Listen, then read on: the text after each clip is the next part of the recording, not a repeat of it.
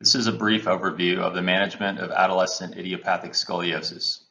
My name is Thomas Buell. I'm a neurosurgery resident at the University of Virginia.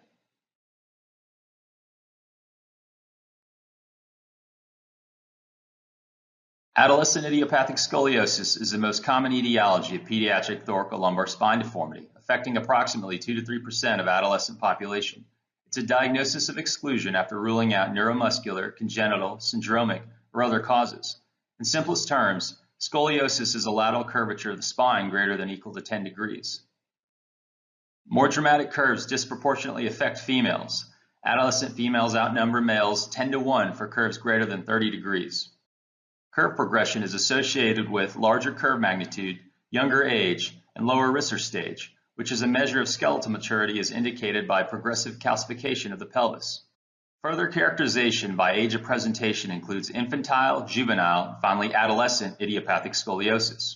More recently, the Growing Spine Committee of the Scoliosis Research Society defined early onset scoliosis occurring in children less than 10 years old. Non-operative treatment in adolescence generally begins with bracing. The goal of bracing is to maintain curve magnitude throughout a patient's growth period.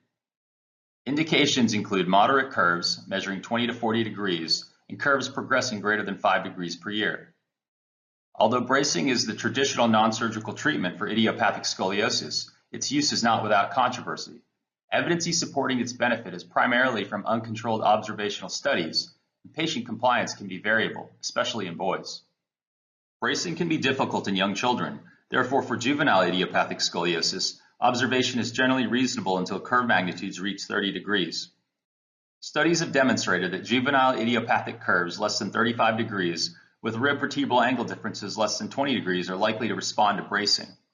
Curves greater than 45 degrees with rib vertebral angle differences greater than 20 degrees are unlikely to respond to bracing.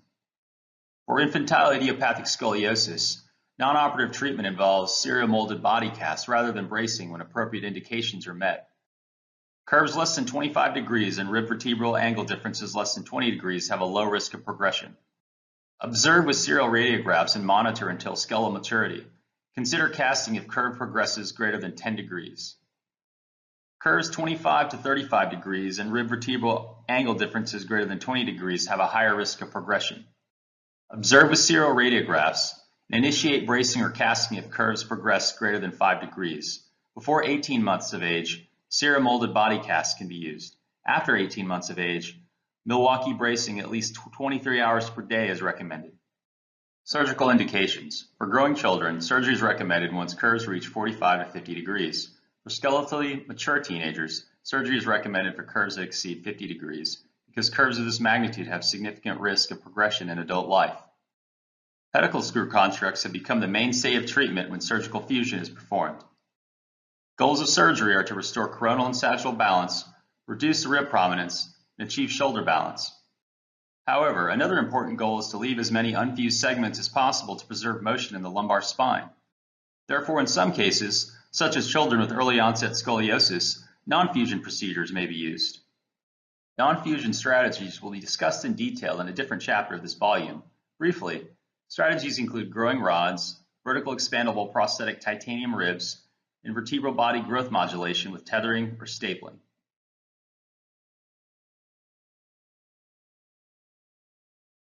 Classifications for adolescent idiopathic scoliosis have been developed to guide surgical fusion.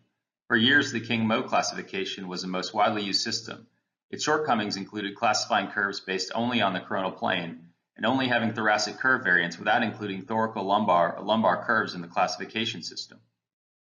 The Linke classification addressed some of these shortcomings and is most commonly used today. Its central tenet involves performing spinal arthrodesis of only structural curves. Structural curves lack normal flexibility and are termed as major if they have the largest Cobb measurement, or minor. Minor curves can be structural or non-structural, that is, compensatory. Here's the classification from the original 2001 Linke article. Briefly, there's 6 coronal curve types, 3 lumbar spine modifiers, and 3 sagittal thoracic modifiers.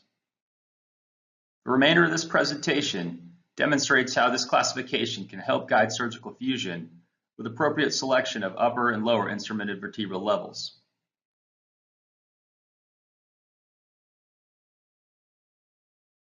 Unless there is kyphosis of more than 20 degrees across the thoracolumbar junction, selective thoracic fusion is generally adequate for Linke 1A and 1B curves. Shoulder height and asymmetry help dictate the upper instrumented vertebral level. The lowest instrumented vertebral level is calculated by assessment of the most proximal stable vertebra. In the era of Harrington rod fixation, surgical fixation was generally taken down to the most proximal stable vertebra, but pedicle screw fixation often allows sparing of the inferior 1 or 2 distal motion segments. Distal extension of the fusion may be needed in some cases, depending on the curve pattern and L4 tilt. Linke 1AL, with L4 tilted to the left, have a higher risk of distal adding on. Linke 1C curves incorporate a non-structural lumbar curve that crosses the midline, may require longer segment fusion, and this presents a more challenging variation of type 1 curves. Here's a 10-year-old patient with early onset right thoracic idiopathic scoliosis, Linke type 1B.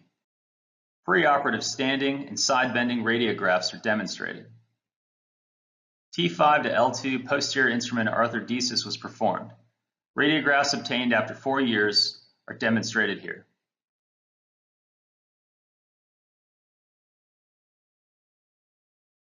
Although the ponyosteotomy was originally a procedure to correct hyperkyphosis and Schwerman's kyphosis, more recently, ponyosteotomies have been utilized to help correct hypokyphosis and adolescent idiopathic scoliosis. For these patients, ponyosteotomies may facilitate the contouring of the desired kyphosis. Criteria for when to perform a ponyosteotomy varies among surgeons and needs to be tailored to each patient's individual goals. Consider performing ponyosteotomies in larger, stiffer curves. The Linke 2, or double thoracic curve, consists of 2 structural thoracic curves, 1 main curve and 1 proximal thoracic curve. Spinal arthrodesis should incorporate both. Here is a 12-year-old girl with a right 45-degree main thoracic curve and a left 38-degree proximal thoracic curve. Preoperative and side bending radiographs demonstrate the main thoracic curve bends down to 30 degrees and proximal thoracic curve bends down to 27 degrees. Note this is above the 25-degree cutoff, therefore this is a Linke 2 or double thoracic curve. The patient was treated with a T2 to L2 posterior pedicle screw instrumentation. Postoperative radiographs at 1 month demonstrate correction of the main thoracic curve to 16 degrees and proximal thoracic curve to 17 degrees.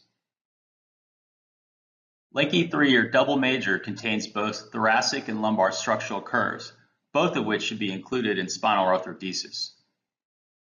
General principles of correction are listed.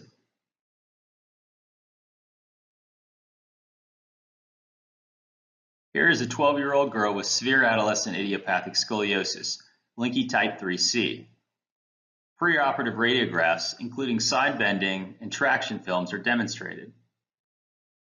She was treated with posterior instrumented arthrodesis from T2 to L4. 1-year postoperative radiographs are demonstrated. Some suggest that selective thoracic fusion can be considered in some Linke 3C curves, in which the main thoracic curve is larger than thoracolumbar curves, and there is absence of severe thoracolumbar kyphosis. Singla investigated this question and found that despite preoperatively smaller lumbar curves with less apical translation and lumbar prominence, most patients with selective thoracic fusions were out of balance postoperatively and had inferior radiographical outcomes compared to their non-selective counterparts. Further studies with long-term follow-up are needed to determine if sparing lumbar motion segments at the expense of worse radiographical outcomes is worthwhile. Linke 4 triple major curve consists of 3 structural curves and requires spinal arthrodesis across all 3. Selection of the UIV and LIV is similar to that for the double thoracic curve and double major curves respectively. Schultz and colleagues addressed the question of when selective thoracic fusion can be performed with curves with lumbar C modifiers.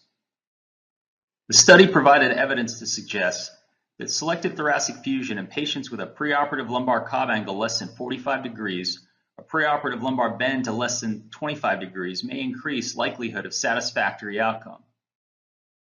Optimal postoperative outcomes are listed here.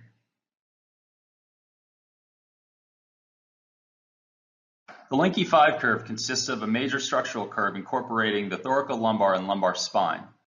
The lowest instrumented vertebral level is generally L3 or L4 to preserve as much lumbar motion as possible. Determining whether to fuse a Linke 5 curve to L3 or L4 is often a difficult question. Although multiple variables are important, a recent study demonstrated preoperative L3 translation, with L3 translation less than 3.5 centimeters, as being a potential threshold for selecting L3 as the lower instrumented vertebral level. Traditionally, surgical approach was anterior to save fusion levels and avoid crankshaft phenomena. However, the mainstay of treatment is now a posterior approach with pedicle screw fixation. Here is a 17-year-old girl with a left 45-degree main lumbar curve and right 28-degree thoracic curve. Preoperative and side bending films show main lumbar curve bends down to 7 degrees and the thoracic curve bends down to 14 degrees. She was treated with T10 to L4 posterior instrumentation. Postoperative films at 1 year demonstrate correction of main lumbar curve to 10 degrees and thoracic curve to 6 degrees. Linke 6 curves include both structural thoracolumbar lumbar curves and main thoracic structural curves. These may be treated similarly to Linke 3 double major curves. Spinal arthrodesis should include both curves. Here is a 14-year-old girl with left 52-degree main thoracolumbar curve and right 42-degree thoracic curve. Preoperative and side bending films show main thoracolumbar curve bends down to 27 degrees and the thoracic curve bends down to 29 degrees. She was treated with T2 to L3 posterior instrumentation. Postoperative radiographs at 1 month demonstrate correction of the main thoracolumbar curve to 19 degrees and thoracic curve to 17 degrees. For Linke 1 and 2 curves, fusions can be extended distally to the neutral vertebra or within a motion segment as suggested by Suk and colleagues. For Linke 3, 4, 5, and 6 curves, the level of the apex of the lumbar curve and rotation of L3 and L4 vertebrae should be assessed to determine whether the fusion should extend distally to L3 or L4. As mentioned previously, the posterior approach with pedicle screw fixation is becoming the mainstay of treatment for surgical fusion in adolescent idiopathic scoliosis.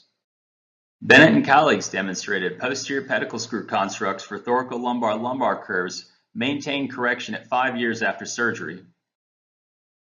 SRS 22 scores were also improved 5 years after surgery.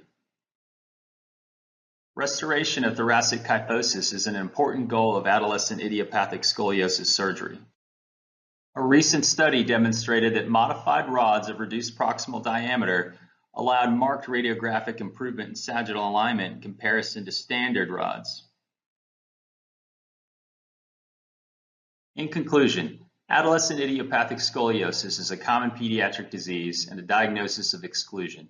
Our understanding of evaluation and management of this entity has improved over the past decades. Mild or moderate curves may be observed or treated with bracing. More severe curves may need surgical correction.